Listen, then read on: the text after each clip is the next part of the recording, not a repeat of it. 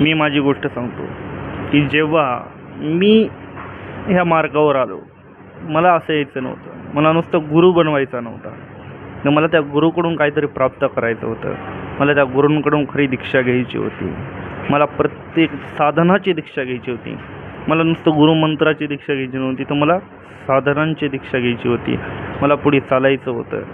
मला योग्य गुरु भेटाने गेली, तर मग मी गुरुदेव शक्तीलाच आपली गुरु मानलं आणि त्यांच्या नावानं मी संकल्प घेतला की आजपासून तुम्ही माझे गुरु आणि मी तुमचा शिष्य.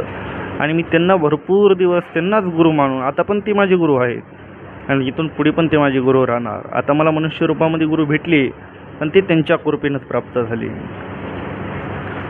मग त्यांनाच मी गुरु मानलं. त्यांच्या नावाच्या मी 11 माळी रोज करायचो. रोज 11 माळी त्यांच्या नावाचा जाप करायचा. मी त्यांच्या पुढे बसून राहायचं. दमादमानं मला त्यांनी मार्ग दाखवायला चालू केला.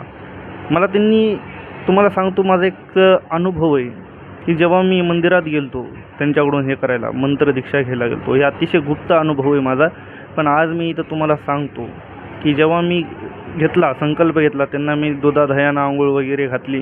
त्याच्यानंतर त्यांना मी काय केलं, वस्त्र वगैरे अर्पण केले आणि त्यांना फळाचा वगैरे ते नैवेद्य दाखविला. त्यांना प्रसाद वगैरे हे ते चढविला आणि तिथं काही गुरुदक्षिणा म्हणून मी तिथं काही माझ्या हिशोबानं जेवढी काही गुरुदक्षिणा आहे माझ्या यथाशक्ती मी तिथं ठेवली. आणि मी म्हणलं की आता गुरुदेव म्हणलं की जर माझी योग्यता असेल म्हणलं तर तुम्ही मला कान मंत्र द्या म्हणलं. मी कोणत्या मंत्राचा जाप करू मला काय नाही म्हणलं, तुम्ही मला मंत्र सांगा म्हणलं, त्या मंत्राचाच मी जाप करतो. तर मी जेव्हा मंदिरात बसलो होतो ना, तर माझ्या डाव्या कानामध्ये एक मंत्र ऐकू आलं आणि ते बी एक वेळेस नाही आलं तर 2 ते